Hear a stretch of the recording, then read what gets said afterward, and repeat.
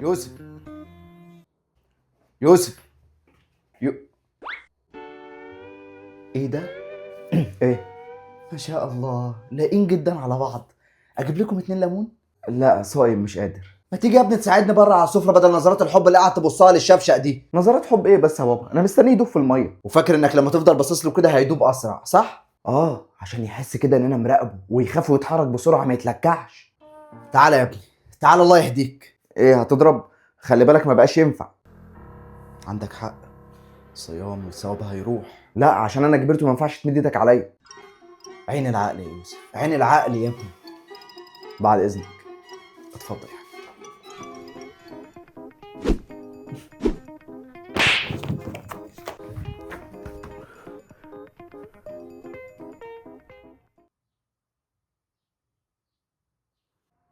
ايه ده؟ جمعية رسالة هتفطر صايمين عندنا في البيت؟ ولا ده من تأثير القفا؟ ايه رأيك؟ ده عشان عزومة النهارده بإذن الله. اديك قلت عزومة يا بابا، تقوم تذل الناس وتكتب لهم الكلام ده وتحطه قدامهم كمان على السفرة. معاك حق، فاتتني دي. هاتها. امسك. انا مش عارف دماغي كانت فين لما حطيتها على السفرة. كان لازم احطها على باب الشقة احسن عشان اللي طالع واللي نازل يعرف. مثلا ايه اللي بتقوله ده يا بابا؟ هتفضح الناس عشان تفطرهم عندنا. طب افتح الباب ده تلاقيه رجب جايب بقية الطلبات تقريبا. تعالى يا عم رجب، مش هشيل منك حاجة، حط الحاجات زي ما هي في المطبخ. طول عمرك نادلي يا استاذ يوسف. تعالى يا رجب، جبت اللي قلت لك عليه؟ كل شيء عالي يا استاذ شعبان، بس ما جبتش البانيه البلدي.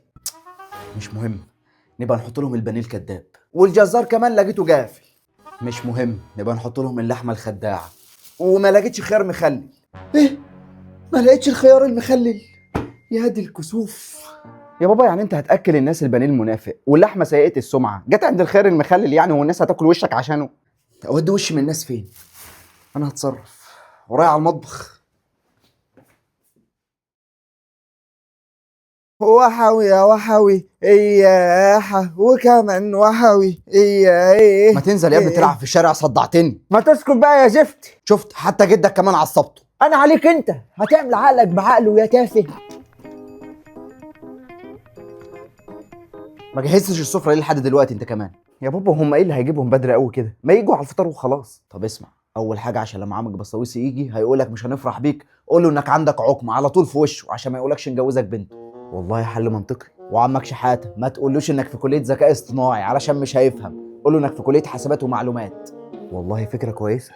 عنده حق، اسمع كلام ابوك يا يوسف، هو اكتر واحد يعرف في الضيوف. تعرف زمان لما كان بيجي لنا ضيوف كان بيقول لهم ايه؟ اهلا وسهلا، شرفتونا، اتفضلوا. لا، جعان عايز اكل، كان دايما عارضنا قدام الناس السخط. خالك بقى؟ لا ده سيبهولي انا حافظه، عشان ما يقوليش اشتغل معايا في الكتاكيت هقول له ان انا عندي انفلونزا الطيور. ايه؟ هو قاعد جنبي؟ اتفرجت عليك انت كمان. الناحيه التانيه يا حاج. يا جماعه انا هقول له كده، انما انا سليم عادي. يا رب عدي العزومه دي على خير. والله شرفتونا منورنا. ما جيتوش بدري ليه كده؟ ما احنا بصراحه يعني قلنا كده ما نبقاش قلالات الذوق، ده لسه فاضل 4 ساعات على الفطار. عامل ايه يا يوسف يا ابني؟ ايه اخبارك؟ دخلت كليه ايه بقى عن كده؟ انا الحمد لله دخلت كليه الحاسبات والمعلومات. الحاسبات والمعلومات؟ ايه يا ابني الكليات القديمه دي؟ ما تدخل ذكاء اصطناعي على طول، يعني فيها مستقبل احسن بكتير. ما تيجي تقعد هنا يا جميل، قاعد بعيد ليه؟ لا انا قاعد هنا حاجز المكان ده من دلوقتي عشان وقت الفطور ما تحصلش اي مشكله. بس بسم الله ما شاء الله عجلت يا يوسف يا ولدي، وباين عليك الوقار كده عن السنه اللي فاتت. صح والله يا بسطويس يا اخويا، بقى راجل محترم وفي ذوق كده باين عليه، بص في عينيه. هوبا حلقك. اهرب يا ولد، النجاي هياخده بالطار.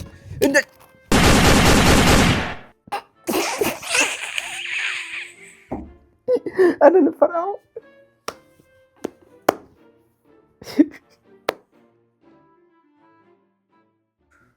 شوف يا يوسف يا ولدي، انت مشيت اللي في دماغك ودخلت الجامعه. امال كنت عايزني اتستت واقعد في البيت ولا ايه؟ واديك دخلت الكليه اللي انت عايزها.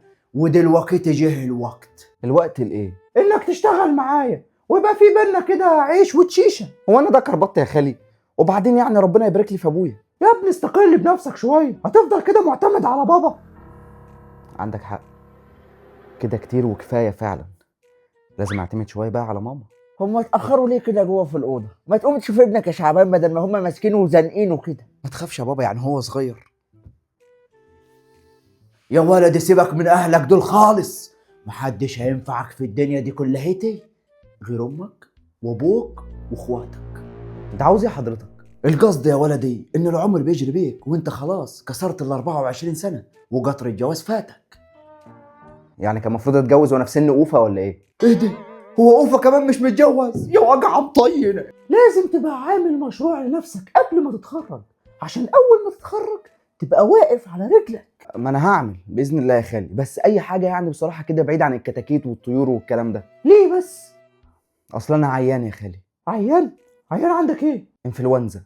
يا راجل خضتني، خد كونجستال وهتبقى زي الفل. لا مش الانفلونزا دي، انا عندي انفلونزا الطيور. كك ايه مالك خفت ليه كده يا خالي؟ ما تخافش مش هعديك انا كك. ده مش كلامي، ده كلام الدكاتره. للاسف زي ما قلت لك انا عقيم. يا ولدي واحنا نطول ان عريس بنتنا يبقى راجل عقيد؟ عقيم يا بوي، عقيم نضيف يعني وبتاخد بالك من جسمك، هيجين. يلا نقوم نفطر احسن يا عمي، يلا.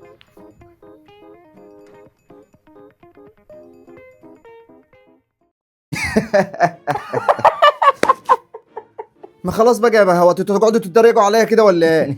لا انا عفو يا نجم، بس قولي انت كنت صايم معانا النهارده؟ ايوه، تسال ليه يعني؟ اصل غريبه يعني، انت صايم معانا وانت نجم مش رمضان. خلاص بقى يا اخوانا، حرام كده، سيبوه في حاله. يا على الناس الجميله، عشت يا اصيل. ولا هو يعني عشان احنا مش في الشهر بتاعه؟ طب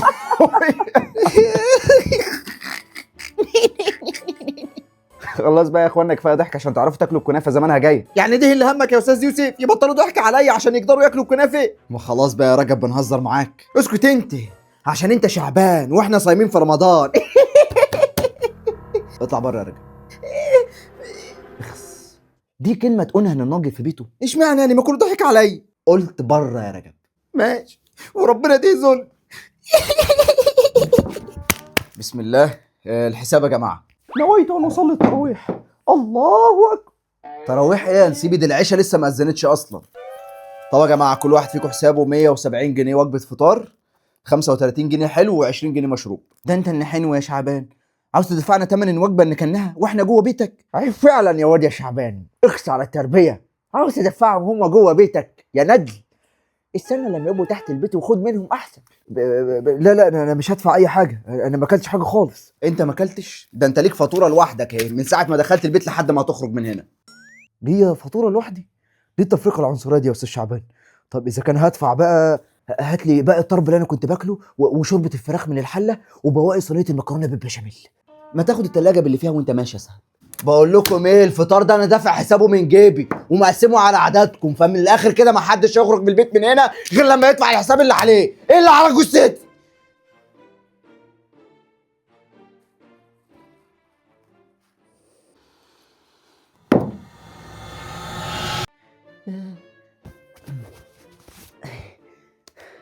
برضه اخدت الحساب.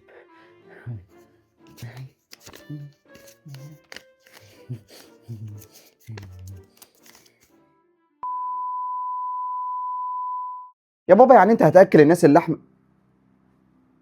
على وشك، وقسما بالله هتقعد تولول يومين. يلا ايه تمام. الشنب بص بحاول اداريه بكل حاجه، انا قربت اعمل كده. انا مش عارف انتوا بتعملوا. هو ده عبد الله مش اللي عارفه؟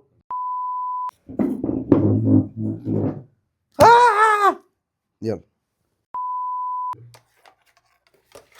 لا، فوق شويه فوق شويه.